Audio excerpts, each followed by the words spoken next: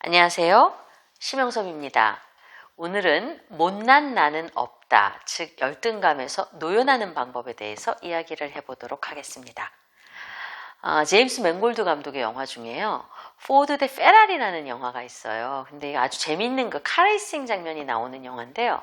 여기서 페라리사를 막대한 금액에 인수하려던 포드사 사장이 창업주 페라리에게 굉장한 모욕을 당하는 장면이 나옵니다.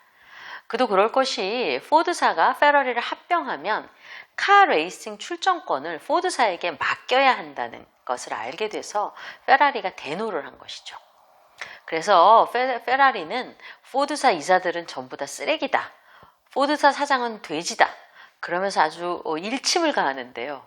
그 중에서도 현재 포드 회장은 헨리 포드가 아니다, 헨리 포드 2세일 뿐이다 라고 말을 합니다. 이 사실을 이사였던 리 아야코카 입에서 직접 들은 헨리 포드 2세는요, 얼굴이 빨갛게 돼가지고 부르르 떱니다. 그리고 얼마를 들여서라도 좋으니까 이 포드사 레이싱 팀을 만들라 라고 이사들에게 명령을 하죠. 포드의 이사들은 이에 당대 최고 레이서인 캐롤 쉘비를 영입하면서 사건이 벌어지게 됩니다. 저는요, 이 장면을 보면서 진짜 아버지가 왕인 조지 6세가 말을 더듬잖아요. 그리고 헨리 포드 2세가 카 레이싱 그 세계에 뛰어드는 것은 전부 사실 그들 밑바닥에 있는 열등감 때문이 아닐까라는 생각을 해본 적이 있습니다. 이런 질문을 한번 해볼까요? 어머니가 미스 코리아라면 딸이 좋을까요? 아버지가 서울대를 나오면 자식들이 좋을까요? 잘 모르겠습니다. 그건 일단 부모들 본인이 좋은 거 아닐까요? 자식들 입장에서 부모가 너무 특출난 것은 아마 베이스라인부터 좀 뒤처지는 경기를 하는 것 같은 느낌이 들 수도 있을 것 같습니다. 열등감은 누구나 느끼는 감정이죠. 미팅에 나갔더니 상대가 너무 학벌이 좋아서, 오랜만에 만난 친구 녀석이 돈을 너무 많이 벌어서, 나는 너무 키가 작아서, 너무 살이 찐 것 같아서, 피아니스트가 되고 싶은데 피아노를 못 쳐서, 운동을 못해서, 하여튼 열등감을 느낄 이유는 너무 많고요. 의학 박사이자 작가인 맥스웰 말츠가 적어도 지구인의 95%가 느끼는 게 열등감이라고 말을 했습니다.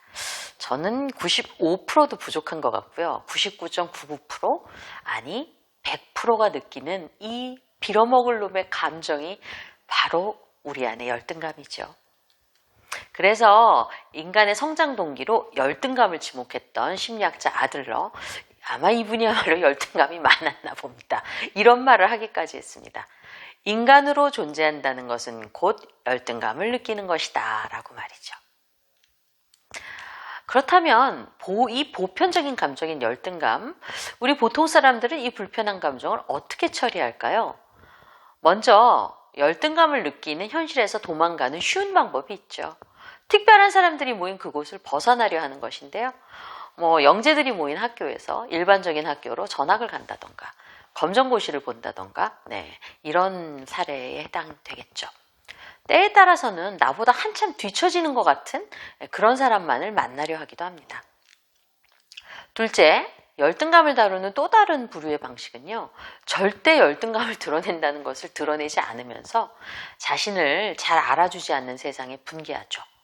나보다 잘났다고 생각하는 사람들에 대해 끊임없는 적대감을 느끼고요, 악플을 달고요, 열등감의 대상 그 자체를 내 심리적 세계에서 몰아내려고 하는 것입니다. 그럴듯한 이유로 상대방의 약점을 잡아 비난을 하지만요, 사실 이것은 열등감 때문에 상대방을 나보다 낮추려고 하는 마음의 발로인 경우가 있죠. 셋째, 열등감을 자주 느끼는 사람들은 정반대의 반동 형성을 하기도 합니다. 지나치게 자신의 현재 상태에 대해 허세나 권위를 부리는 것이죠. 늘 자신이 계산을 도맡아 하기 바쁘고요, 지나치게 이타적이고 항상 자신이 바쁘고 세상은 자신을 필요로 한다는 식의 이야기를 많이 합니다. 어떤 경우는 열등감을 느끼는 인물에 대한 질투를 동경으로 바꿔서 그를 과하게 동일시하기도 하죠. 메시형 이런 거 있죠. 각종 월드스타들, 호날두 형, 각종 월드스타들이 내 가족인 것처럼 말하기도 하고요. 그러나 이는 진심 어린 친밀감과 달리 동경하는 대상에 대해서 좀 과장되어 있고 허세가 있기는 마찬가지입니다. 물론 적당한 열등감은 순기능도 있죠. 심리학자 아들러는 사람들이 열등감을 느낄 때 이것을 보완하려는 심리적 메커니즘을 보상이라고 불렀습니다. 일례로 어릴 적 발육부진 때문에 약골로 놀림을 받았던 배우 실베스타 스톨론이 근육질의 액션 배우가 된 것처럼 말이죠. 사실 열등감의 밑바닥에 있는 진정한 소망은요, 인간이라면 누구나 본능적으로 타고난 우월감의 욕구일 것입니다. 살아가는 내내 자신이 부족하다고 느끼는 부분을 보충하고 그것을 뛰어넘어서 한 인간으로서 자부심을 갖고 완벽을 추구하려는 욕구 말입니다. 그렇다면 열등감은 좋은 것이 아닐까요? 나를 발전시키는 성장의 원동력이 되는, 성공의 기회를 가는 그런 징검다리가 되는 것은 아닐까요? 그럴 수도 있죠. 열등감이 심한 사람들은 그러나 결코 성공을 해도 성공을 즐기지 못합니다. 늘 초조하고 불안해합니다. 이런 사람들은 훌륭하게 보이려고 노력하고 훌륭한 사람들이 될 수 있지만 진정한 따뜻한 친밀감을 사람들에게 선물하기는 어렵죠. 열등감의 핵심은 남을 미워하고 남을 비난하는 것 같지만 사실 나를 미워하고 끊임없이 나를 저주 같은 비교의 늪에 빠뜨리는 것이 본질이라고 할 수 있습니다.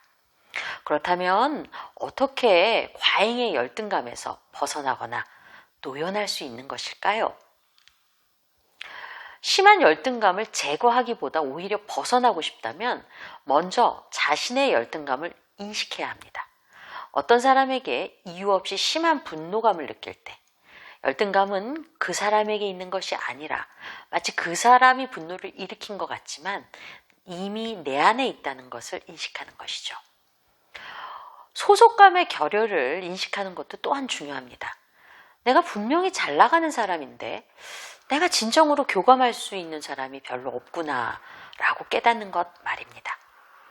결국 열등감을 인식하는 것은 내가 남보다 우월하고 싶다는 나의 근본적인 욕구를 바라보는 것이 핵심이죠. 많은 분들이 오해하는 심리적 개념이 있는데요.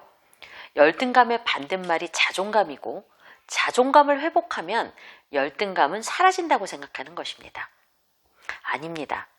앞서 말씀드렸듯이 열등감의 반대말은 자존감이 아니라 우월감이죠. 열등감이 컴플렉스라면 경쟁만을 동기로 삼는 우월감의 추구도 하나의 컴플렉스일 뿐이라는 인식이 중요합니다. 우월감을 지나치게 추구하는 것은 동기 수준이 높거나 혹은 노력한다는 차원에서 끝나는 것이 아닙니다. 일본의 심리학자 가토 다이조는 이러한 우월감의 추구를 사람들을 지옥으로 보내는 어두운 마법의 힘이라고 말합니다. 그는 우월감과 열등감의 시소놀이에서 벗어나기 위해 비교하지 않는 연습을 하라고 조언합니다. 비교하지 않는 연습이 뭐냐고요? 비교하는 나를 인식하고 이제 멈추자라고 스스로에게 말해보세요. 그리고는 나약함을 숨기기 위해 무리하지 말자라고 생각하는 것이죠. 예를 들면요. 저는 유튜브 구독자 수나 유튜브로 올린 개수에 연연해 하지 않으려고 합니다. 그저 이 세상에 몇 명에게라도요. 심리적으로 도움이 되는 이야기를 할 수 있다면 또 몰랐던 영화 이야기를 재미있게 하면 충분하다고 생각합니다. 그리고 스스로에게 물어보세요. 문제가 생겼을 때 나를 탓하거나 나의 못남을 이유로 삼진 않는가라고요. 누구의 잘못인가라는 질문을 끊임없이 하고 있지는 않으세요?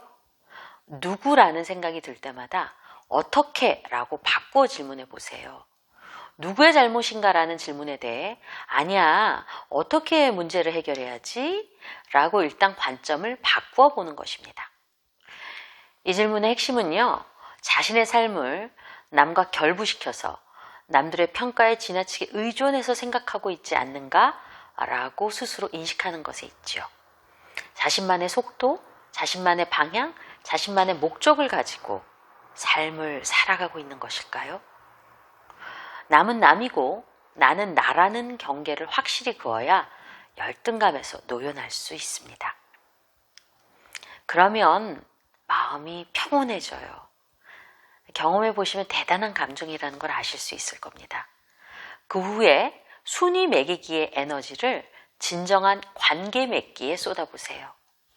진정한 관계 맺기란 완벽해 보였던 그 사람, 역시 어떤 열등감과 결핍감이 있는 그저 한 명의 인간일 뿐이라는 것을 깨닫는 것입니다.